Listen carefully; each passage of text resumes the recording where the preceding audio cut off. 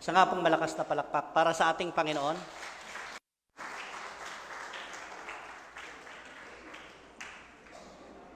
Ang hina ng palakpak natin. Palakpakan din natin yung mga hudyat tsaka yung kaloob na sumayaw. Purihin ang Panginoon ng mga talent, maging yung worship team natin. Salamat sa Panginoon. As we continue doon sa ating sinishare sa triple weeks about the book of Romans, nakita natin doon, di ba, merong friends with the king, spirit-led life, napakarami ng mga relationship natin na kay Kristo Jesus sa pamamagitan ni Apostol. Si Apostol Pablo ay isang masugid na tagasunod ni Kristo Jesus at yung kanyang mga katuruan ay very practical talaga.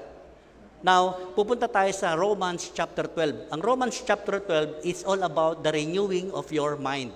Ito yung tinutukoy ni Paul na dapat ang isang mananampalataya ay may bagong pag-iisip, takbo ng isip. Now, titingnan natin yung unang tanong, how then should we live? Paano ba tayo mamumuhay ngayon now that we are renewed in spirit-led life? Yan yung tinutukoy ni Paul sa Romans chapter 12. Now, titingnan natin dito yung mga layout foundation ni Paul kung paano nga ba, Pastor, paano nga ba mamuhay ang isang mananampalataya na renewed yung kanyang isip, bago yung takbo ng pag-iisip, paano ba isa pamuhay ito. Ang mensahe ay pinamagatang renewed mind, a conversation with Paul to the people, yung mananampalataya doon sa Roma. Tayong lahat ay manalangin. Father, we thank you again and again. We praise your name, we glorify your name. Dalangin namin sa oras na ito ay kayo ang maitaas, kayo ang maitanghal sa mga buhay namin.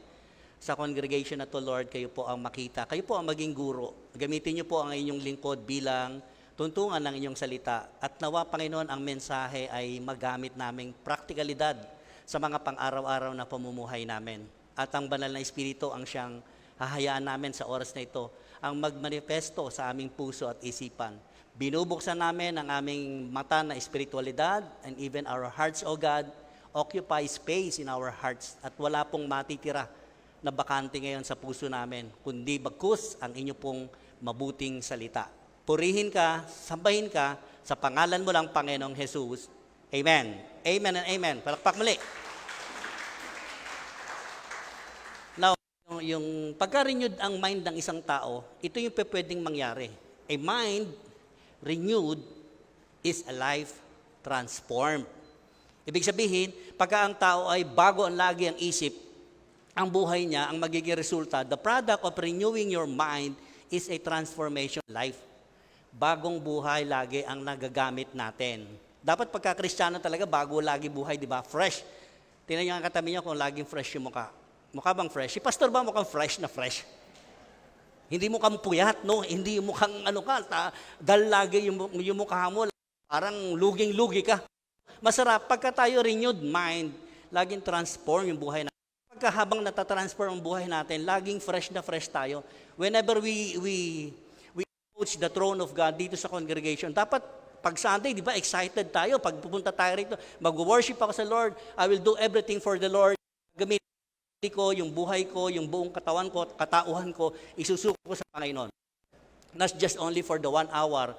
Yun lang ba ay yung talagang pagbibigay natin ng papuri sa Panginoon? Ang pagpupuri sa Panginoon, there is a lot of ways na pwede natin gamitin. Pero isa sa pinakamaganda pag Sunday, nandito tayong lahat, yung puso natin, handang-handa tayong magbigay sa Panginoon. At handang-handa rin naman tayo tumanggap kung ano yung pwedeng ibigay sa atin ng Panginoon. Agree po ba tayo yun? Palakpakan natin ng Panginoon. Now, sabi ko nga, pagka laging renewed ang isipan ng isang mananampalataya, natin ang produkto nito ay transform. Si Paul, inilahad niya, from Romans chapter 1, verse 18 to 32. Medyo i-concise ko lang ng konti. Yung background dito talaga. Kasi yung mga Israelita nung araw, even the people in Rome, yung mga sinauna, they were idolatries, no? Sumasamba sila sa lalo itong golden calf na ito. You know, in panahon ni Moses, sumaglit lang si Moses sa bundok. Pagbalik niya, ang Israelita, gumawa na sila ng ganitong sinasamba nila. Si Paul, ang sinasabi niya sa mga taga-Roma, parang sa mga Galatians, sinabi niya, sandali lang ako nawala sa paningin ninyo. Bakit kayo nagpadaya sa mga ibang katuruan ng gospel which is not the truth? gospel ni Jesus Christ. Yan yung sinasabi niya. Anong nangyayari pagka ang mga tao sumasamba sa mga Diyos-Diyos anong panahon nila? Even the time of Paul, remember, ito po ay panahon ni Pablo doon sa mga taga-Roma, sumulat po siya. Pray yung kanilang mind. Ibig sabihin, madali silang madaya, madali silang nasisiraan ng loob. At kapag ang isang tao, madaling masiraan ng loob, ang kasunod doon, faded ang life nila. Why? Because they were in prison. Nakakadena nga sila. Nakakadena sila in not a literal ways, but their hearts and mind, nandun sila, nakakulong sila sa sinasamba nila. Kaya tinuturo ni Paul, hindi yan ang tama. The true gospel is all about the good news of our Lord Jesus Christ. The next slide. Ngayon, ang gustong ibahagi ni Paul sa mga taga-Roma, yung self-offered. What do you mean by self-offered? Today, binibigay sa inyo para makita ninyo talaga yung illustration ni Paul. Sabi niya, yung self-offered, ang kasunod niyan, renewing of your mind. And the next thing that you can do, ang isang mananampalataya, yung life transform. Ba sa atin dito, ang kayang magbago sa kanyang sariling buhay. Di ba wala naman? Napakaraming New Year's resolution ng tao, pero hindi naman lahat yun natutupad. O pinakamatagal na 1 year, 2 years, 2 years, bumabalik ka rin sa dating ikaw. Pero pagka ikaw ay mind renewed, just like yung sinasabi ni Paul sa verse 12, at titingnan po natin, papaano nga ba mamuhay ang isang tao na may pagkakilala kay Kristo Jesus, na bago ang kanyang pag-iisip. It is a product, yung life transformation ng isang tao, it is a product of renewing your mind every day, every minute. Dapat oras-oras, araw-araw yan. Now, I'll start with Romans chapter 1, verse 1 to 21. Ito ang sabi ni Paul. Again, si Paul, napakahilig niya para may conclusion kaagad lagi siya. Sabi niya, therefore, I urge you, brothers and sisters, in view of God's mercy. Ayan yung kanyang introduction. Sabi niya, mga kapatid sa pananampalataya, dahil sa kahabagan, kaawaan ng Diyos, sabi niya, offer your bodies as a living sacrifice. Ano ito, pastor, yung offer your bodies as a living sacrifice, holy and pleasing to God. And this is your true and proper worship. Panahon nila sa Roma, yung mga mananampalataya sa Roma, sila, spirit-led life na sila. No? Sila ay spiritually, they were matured. But, in their, yung buhay nila as a body in flesh, hindi po nasusunod. Parang sa atin din pwede mangyari na tayo, spirit-led life tayo, ang taas ng spiritualidad mo, kapatid, pero pagdating sa flesh and blood mo, mo. Yung tinatawag natin carnal sin, remember? Wala naman nakakakita eh. Kaya kong gawin yung mga bagay na lingid sa kalooban ng Diyos. That is a carnal sin. Ang sabi rito, offer your bodies as a living sacrifice. And how we do that? Si Paul may mga, inano siya, verse 2. Ito ang recommendation ni Paul. Paano natin gagawin yun nga? Offer our bodies as a living sacrifice. Magsasakit ka sa katawan, no? Magsasakripisyo ka, hindi ka kakain, yun lang ba talaga yung offer as a living sacrifice? Now, ang sinabi ni Paul, do not conform, o sa Tagalog, huwag kayong makiayon sa takbo ng mundong ito. Do not conform to the pattern of this world. Bakit? Kasi ang mundo natin, tatandaan natin lagi. At tayo, kung citizens of heaven tayo, remember mga kapatid sa Panginoong Hesukristo, we are not belong to this world. Where we belong? We belong to the kingdom of God. Kaya nga may renewing of mind. Ang sabi ni Paul, but be transformed by the renewing of your mind. Paano yun? Then you will be able to test and approve what God's will is, His good, pleasing, and perfect will. Ang hirap naman niyang, pastor. No? Pag binasa mo gano'n lang siya, literal, ang hirap naman yan, hindi nga tayo perfect eh. Tapos yung pa kayong good will, yung pleasing sa Panginoon, yung perfect will pa niya, magagawa ba natin yan? Kaya ang sabi ni Paul, transform by renewing of your mind. Napakaganda. Now, sinimulan ni Paul, paano mangyayari sa atin ito? Sinimulan ni Paul dito sa verse 3. For by the grace given me, sabi niya sa akin, ibinigay sa akin, I say to every one of you. Bawat isa sa atin ngayon. Sinasaysay ni Paul ito, kadamay tayo. Sabi ni Paul, huwag niyong angkalain na ang inyong sarili ay mas tanyag, mas higit, no? Kaysa sa iba. Rather, think of yourself with sober judgment in accordance with the faith God has distributed to each of you, or God has given to each of you. Huwag nating nanaisin sa mga sarili. Unang-una, titingnan natin, ang nilalahad ni Paul dito as a congregation, as brothers and sisters kay Kristo Jesus, dapat palang gagawin natin, i-renew natin yung sarili natin. Huwag mong akalain, huwag mong isipin lagi na ikaw ay mas higit sa kapwa-tao mo. Anong tinutukoy ni Paul? Di ba maganda kung tayo ay laging mababa tayo? If we have humble heart. Ano nyo, ang ganda ng team natin this year. You meet in unite.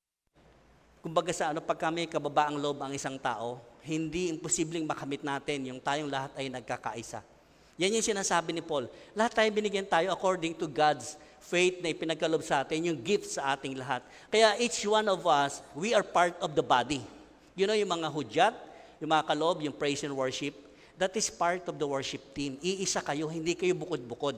And remember mga kapatid, maging tayong umaattend dito, it's not just like performing to people around you.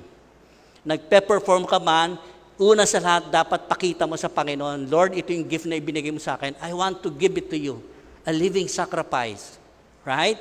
Yung commitment natin sa Panginoon, yun napakaganda. Isang bagay na meron dapat ang isang mananampalataya ni Kristo. Tayong mga umaattend dito, excited ba kayo pag Sunday?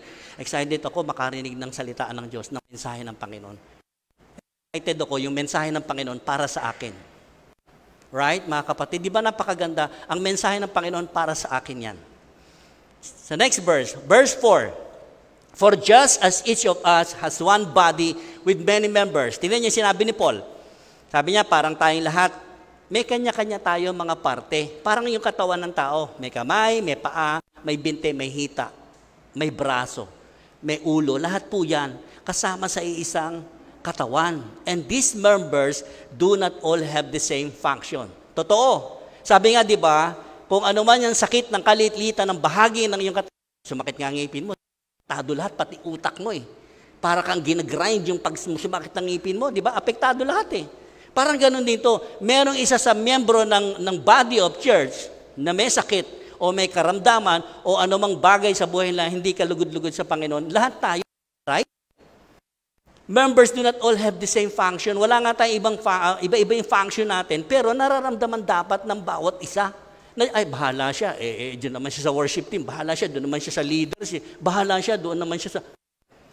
Alam niyo, kaliit-liit ang paglilingkod sa Panginoon. Nakikita niya.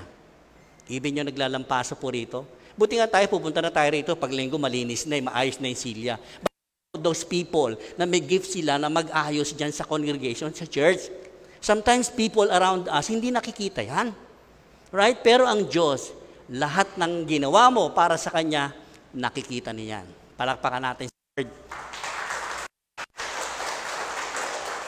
Nakita niya, sabi sa verse 5, so in Christ, lagi isinasalang-alang ni Paul si Kristo Jesus. So in Christ, ngayon si Kristo na nasa atin, though marami tayo, many form one body and each member belongs to all the others. Hindi pa pwedeng wala akong connection dyan sa ministry niya, bahala sila dyan, mag-provide sila ng kung ano-ano man. Hindi yun eh. Ang kailangan dito, we belong to all each others. Kaisa po tayo, one body tayo, though we have many functions, different functions. Lahat tayo nagkakaisa. At kapag ka nagkakaisa ang lahat, yun ang tinatawag nating maayos na church. At yan ang gusto ni Kristo. Why? Because Jesus is the head of this church. That's why ang gusto ng Lord, we are all in orderliness. May kaayusan ang bawat isa. Pagka merong isang wala sa ayos, di ba? Gewang-gewang eh. Pero kung yung the rest na maayos, pwedeng ma-encourage yung isa na wala sa ayos. Ganun lang kasimple. Verse 5, verse 6, we have different gifts according to the grace given to each of us. Remember, yung mga gift natin, hindi po dahil sa nakuha natin yan, that we are qualified, natapos mo kung ano engineering, no? Natapos mo yung mga kurso na yan, hindi lamang po yan. When it comes to our faith in Christ, it is the grace given to each of us. Kung ang gift mo, mag-prophesy, di mag-prophesy ka. According to your faith, in accordance with your own faith. Kaya hindi natin pwede sukatin yung kapatid natin kung ano yung gift niya. If it is serving, verse 7, if it is serving, then serve. Paglilingkod, paglilingkod. Kahit nagtitimpla ka ng kape dyan, kapatid, gusto mong kape? Right? Serving pa rin po sa Lord yan. Kaya nakita natin, detalye ni Paul dito, first in the congregation, sa mga members, sa mga mananampalataya. At mamaya makikita natin yung individual, ourselves. Sinasabi niya, kung paglilingkod, maglingkod ka. If it is teaching, then teach.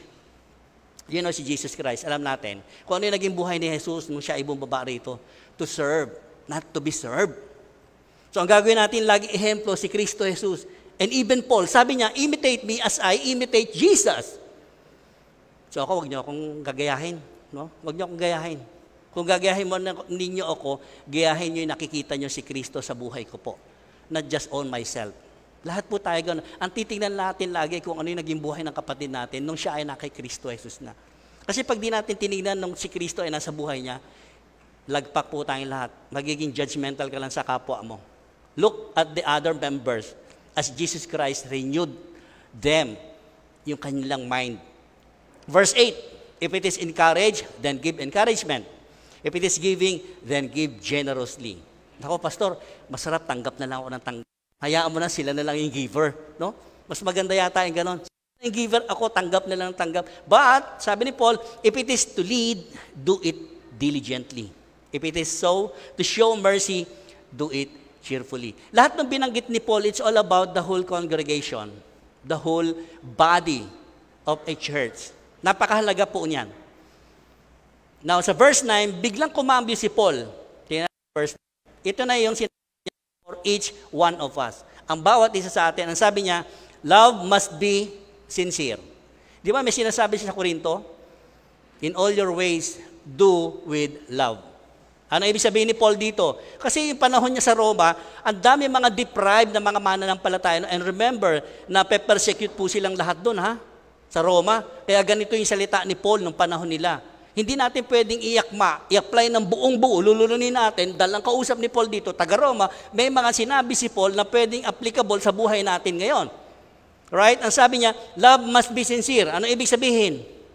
Pag nag-show love tayo, nagpapadamat ng ibig, mga kapatid. Hindi plastic.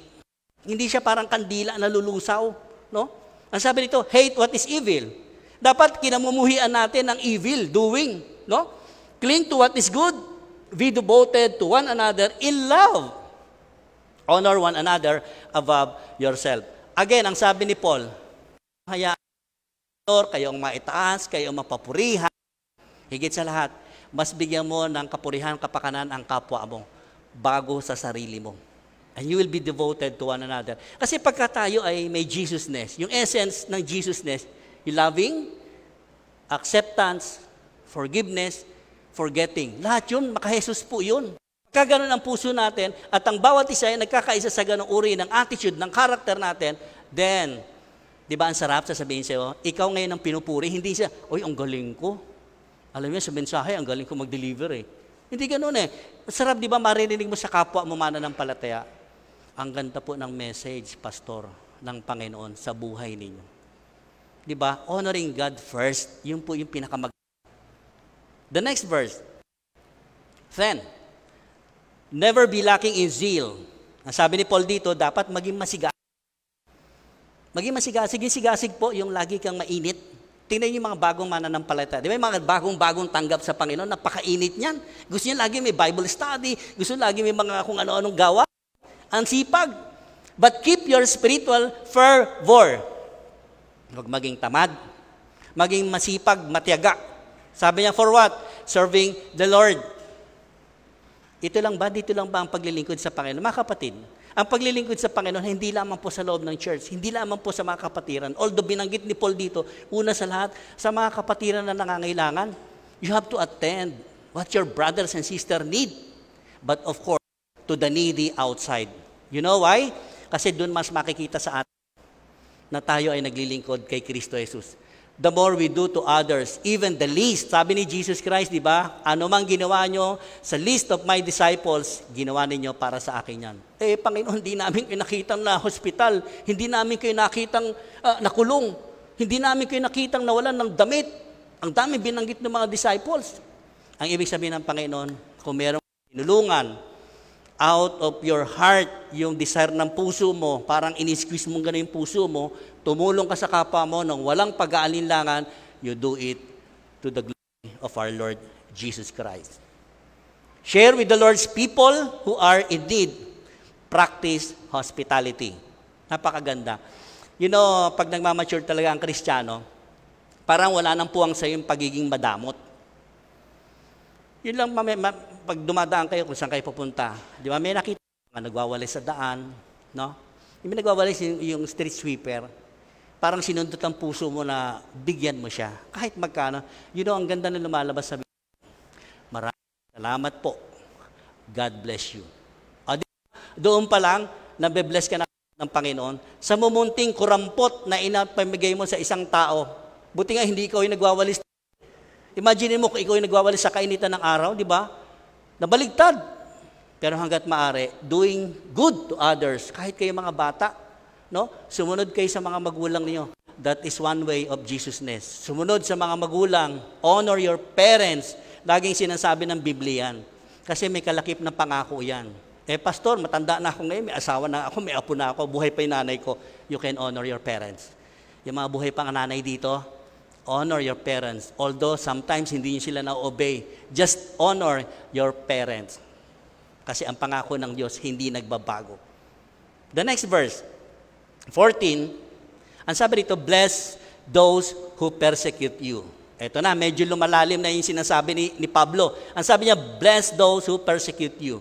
Bless and do not curse. Naku po, itong mahirap. Kasi nung panahon nila, persecuted yung mga mananampalataya dito sa Roma kasi because of the Roman Empire, alam niyo po ba ang ginagawa nila sa mga mananampalataya ni Kristo Jesus? Sinusunog po nila.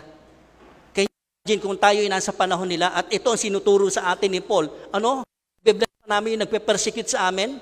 Not to curse? Dinugtong niya sa 15, ang sabi niya, rejoice with those who rejoice. Mourn with those who mourn. Di ba? Ang hirap naman talaga nito. Halimbawa, may namatay. Kahapon kami doon sa patay.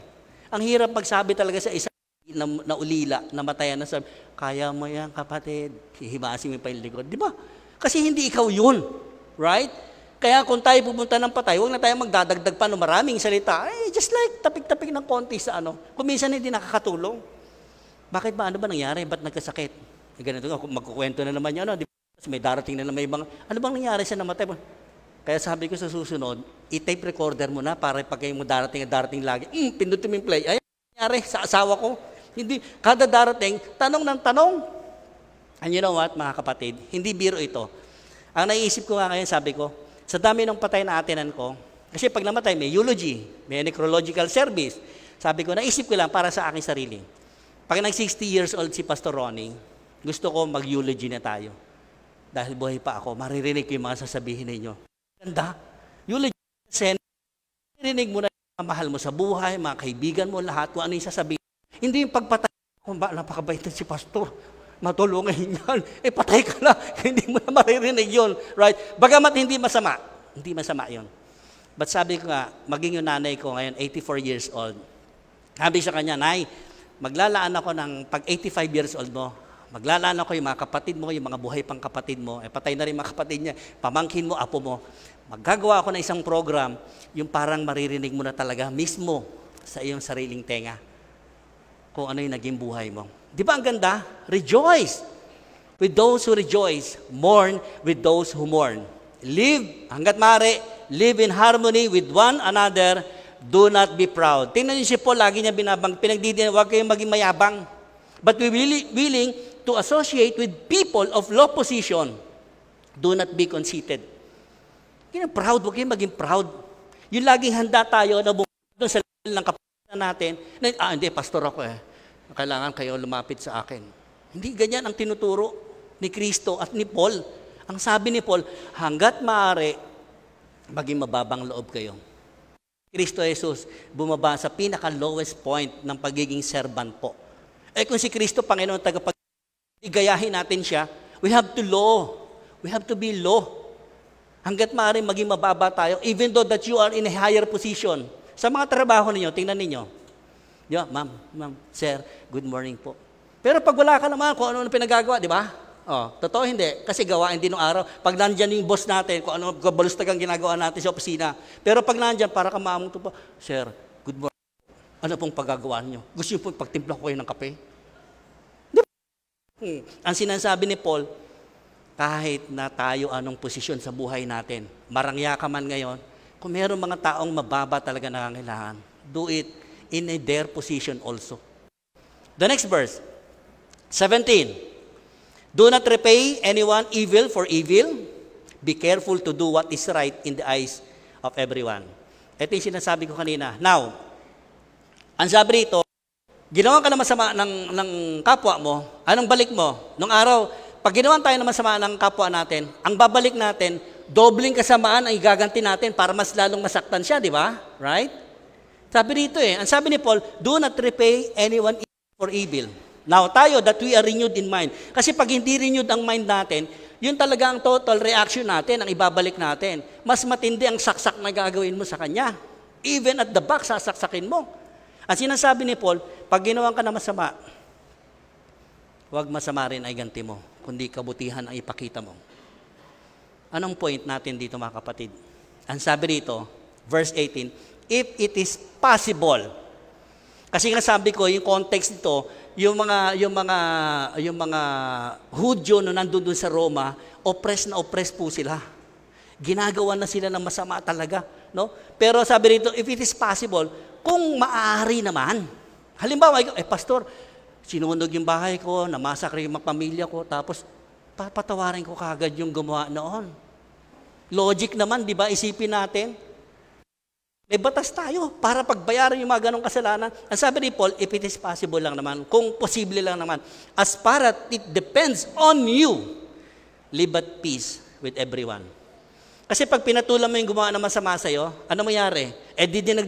Ginantehan mo siya na masigit, mas masama ka pa nga sa kanya . Ang nangyari tuloy, tumaas pa yung pagiging masama mo kaysa dun sa ginantehan mo. Nakita natin, ang ganda nitong Romans chapter 12, very inspiring na pagtinignan natin, hindi lang ganun pag binasa mo, no? Kung posible lang naman talaga. As far as it depends on you, kapatid. Kasi pag hindi renewed ang mind mo, hindi mo kayang gawin ito. Pag hindi renewed ang puso natin kay Kristo Jesus, you cannot live peace. Kasi pag binigyan natin ng magandang kalooban yun, kita nyo, everybody is peace, kapayapaan na makakamit. Sa gera, anong ninanais ng bawat partido? Di ba kapayapaan? Kapayapaan. Kaya yan ang dapat umiiral sa atin. If it is possible, peace, live at peace. Hanggat maaari. Kung merong nagpe-persecute sa akin, especially sa mga trabaho natin, alam nyo, wala naman dito rin sa loob ng church, nasa labas din . Ang mga ibang tao, ang tinitingnan sa atin, yung buhay natin. Wala silang bibilangin sa iyo, kapatid, kundi yung mga mali mo. Hindi nila bibilangin yung magiging mabuti mo. Lahat ng mali, foul na ginawa natin, yan ang kanilang binibilang. Kaya anong gagawin mo? Sinasabi ni Paul, do not repay anyone evil for evil. The next verse, 19. Ito na sabi niya, kasi meron sinunod si Paul sa verse 19. Ang sabi niya, do not take revenge. Huwag kang maghigante. My dear friends, sabi niya, leave room for God's wrath. Lagi ko sinasabi, di ba? Nung tayo ay wala pang tamang relasyon kay Panginoong Kristo, wrath of God, nasa atin talaga yun. Doon tayo papunta yung galit ikaw nga, pag galit ka sa anak mo, di ba hindi mo kinakausap? Gusto mo nga parusahan yung anak mo pag nagkasala . Right? Napakalayo ng loob mo sa anak mo na gumagawa ng masama, sinasadya pa yung masama. Gusto mo gumante. No? Even sa opisina lang. Kung sino pa yung na-promote na, hindi ka ba nagre-rejoice doon pagka meron kang kasamaan sa trabaho na halos, nauna ka ng 2 years. 2 years yan nauna, diba? Senior ka. Tapos itong nahuli sa'yo ng 2 years, siya pa yung na-promote doon sa position natin na target mo. Siyang na-promote ngayon. Ang papel, anong reaction natin? Di ba kunya, uy, congratulations na-promote ka. Sana ako na-promote yan, hindi naman ikaw . Di ba? Sabi mo pa, ikaw ngayon malakas mandukot ng yung paperclip, tsaka yung bond paper, inuuwi mo lagi yan . Tapos pag may mga kape tayo doon sa kusina, nag-uuwi ka pa ng 3-in-1 na yun. Right? Ganun ba tayo?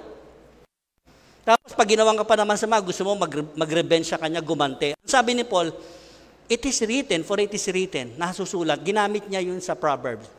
It is mine to avenge. Ang sabi ng Panginoon, akin ang paghiganti. Ako ang maghiganti, says the Lord. I will repay. Di ba ang ganda? Meron tayong tagapagtanggol. Kung meron tayong tagapamagitan, meron tayong tagapagtanggol, hindi lang tagapagligtas. Ang Panginoong Jesus po yun. Kung nato ka kapatid sa isang sitwasyon sa buhay mo, sa trabaho man, sa pamilya, sa agawan ng lupa, sa mga magkakapatid, ayan kung minsan magkakapatid, nagpapatayan, no? Sa maliit at kaparasong lupa lang, gusto maghigante. Patay na nga yung nanay nila. Naku, gusto pang buhayin nyo, no? Kaya kayong mga magulang, kung may pamamana kayo sa mga anak nyo, ngayon nabuhay pa kayo, pagparte-partihin nyo na para hindi dumating yung oras na kapag namatay na kayo, nagkakagulo yung mga anak nyo. Hindi naman magulo kami, no? Magkakapatid kami. Sino magulo? Yung mga napangasawa. Kalimitan yung mga napangasawa, yung mga sampid sa pamilya talaga. Totoo yan. Kaya, lagi ko ina-advise yan. Kung meron kayo pamamana rin lang sa mga anak nyo, halimbawa 5 anak, partihin nyo na habang buhay kayo. Baligtarin natin yung panahon ng araw, kasabihan na matatanda, hindi pa ako namamatay, gusto nyo partihin yung lupa. Hindi po totoo yun. Ano nagiging resulta? Lalo't walang Kristo ang magkakapatid. Gulo. Patayan. Ang linaw ng tinuturo sa atin ng Biblia, renew your mind. Pagka-renewable yung ating utak, yung natin, sumusunod na po doon yung ating puso. Dito lang sa congregation. Pag hindi renew ang mind mo, maiinggit ka sa kapatiran, kung ano meron siya, ikaw wala. Alam niyo, inggit, ang laging hinahanap sa sarili, yung wala siya. Minsan hindi niya kaya Yung inahanap niya rin sa iba. Kaya nagtatanim ang Satan. Nagpupunla dito sa puso natin, mainggit ka. Mas senior ka dyan sa ano na yan. Siya pa yung tumutugtog dyan. Siya pa yung lead singer dyan. Siya pa yung unahan. Siya pa yung lahat. Wala pang mangyayari mga kapatid.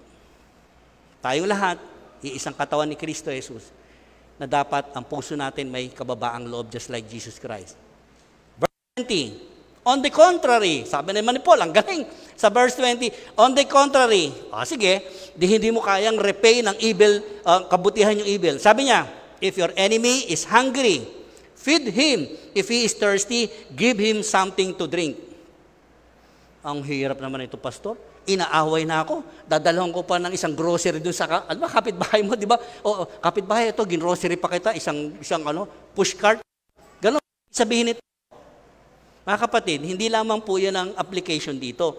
Pagkagalit sa iyo yung kapatid mo o sino man, lalo hindi mananampalataya, ano yung pwede natin iganti? Di ba si Jesus Christ nagsasabi, kung nagugutom, pakainin mo. Not just literally, pakakainin mo. Ipakita mo ng kabutihan. And sabi dito, in doing this, kung kabutihan ang ginaganti natin sa masamang ginawa sa atin, ng kapwa natin, by doing this, you will heap burning coals in his head. Kasi naman, di ba, nag-aaway kayo, tapos bibigyan mo ng di ba minsan parang insulto sa kanya yon, right? Hindi pang i-insulto na gagawin mo para bigyan mo ng pagkain, painumin mo. Sabi mo, busog ako, hindi, kain ka, Biblia, sinusubuan mo pa. Hindi yun ang ibig sabihin. Gawan mo ng kabutihan. At sa paggawa ng mabuti, para mo daw siyang nilagyan ng baga sa ulo. Hindi dahil mapapahiya siya, kundi makikita niya sa buhay mo, kapatid, ang taong ito ginawan ko na ng masama, pero ginawan pa rin ako ng mabuti. And all because our faith in Christ Jesus. Palakpakan nga natin si Kristo. Di po ba ang ganda? Ang ganda ng sinuturo ni Paul. Yung verse 21, ito yung gustong-gusto ko. And it was a loaded verse talaga. Punong-puno ito ng yung verse 21. Parang sinamarize niya yung chapter 12 Ang 21, do not be overcome by evil, but overcome evil with good.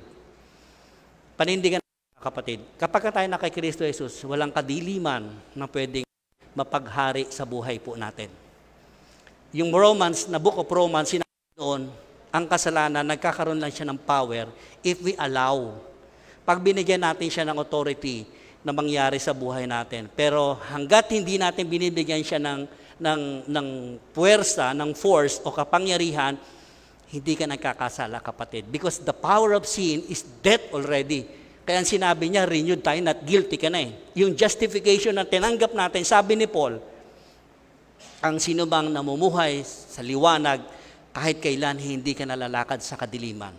Especially dito sa verse, chapter 12 ng Romans.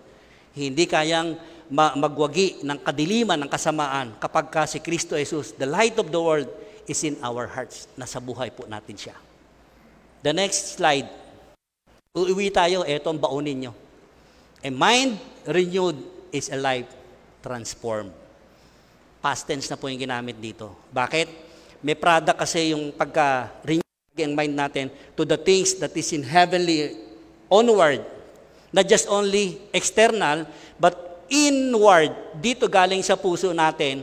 Renew ang mind mo, renew ang puso mo, there is nothing impossible na puro kabutihan ang pwede nating ibigay sa kapwa natin. Kahit masama pa ang ginagawa sa atin. Ang ibabalik mo sa Kanya, puro kabutihan. So what do we do? The next slide. What do we do? Dedicate your whole self to God. Just like sinabi ni Paul, hindi ito yung sasakripisyo ka lang, hindi po yun. Kung ano yung sinasapamuhay mo dito sa loob ng church, dito kasi mababait tayo eh. But how about paglabas natin dito?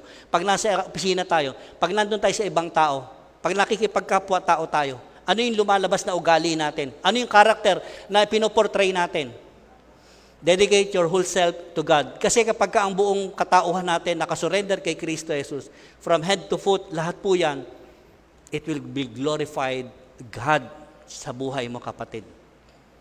The last slide, Romans 12. Pag tinignan natin, self-offered tayo sa Panginoon, He will renew our mind. At kapag na-renew ang mind natin, brothers and sisters, life will be transformed. Sa atin ngayon, ano ang iwan ko pwede sa inyo? Anong pwede kong iwan? Tanungin natin sarili natin, examine ourselves. Renew ba talaga yung mind ko? These things, this message is always reminding each and everyone. I-remind tayo, not just only by Paul, yung mga taga-Roma. Tayo, panahon natin, many times sa buhay natin, hindi naman renewed ang mind natin. You are always to pray, guidance, protection, lahat yan, yes, kasama yan. Yung bago ka lumabas ng bahay mo, di ba kuminsan nga, ang pinagpipray mo, Lord, dating ko po, bago ako lumabas ng tahanan ko, pagdating ko sa office ko, sa eskwelahan ko, bigyan niyo po ako ng patience, mind and heart. And you know, pagdating mo sa trabaho, di ba, doon ka susubukin? Kuminsan, sasabihin mo sa hindi na yun ang pagpipray ko kasi doon ako sinusubok. Daming beses nangyari sa akin, puro patience, patience, patience. Dumating sa punto, pinagsawaan ko na patience kasi pag pupunta ako ng trabaho, nawawala yung patience ko eh. Iba naman ang ko, yung puso ko, Panginoon. Examine nyo nga yung puso ko. Pa-examine natin yung puso natin, not just for people around you, but even yourself. Pagpapatawad, ipanalangin yung sarili nyo na matuto kayo magpatawad. Napatawad ko na siya. Pero pag nakikita mo naman, nanggagalaiti ka. Diba? Hindi renewed. Once you renewed your mind, kasunod po nun, renewed ang puso natin. And inwardly, makikita natin, there is a transformation happen sa buhay ng bawat isa sa atin. Nais ko yumuko kayo sa presensya ng Panginoon. Father, as we bow down and close our eyes, nais po namin, Lord, na ang mensaheng ito ay tumimo sa aming mga puso. May maitanim at may sumibol man lang, Lord, mula sa araw na ito hanggang sa isang linggo muli na pakikibaka namin sa mundong ito. Because, Lord, this world, there is own pattern.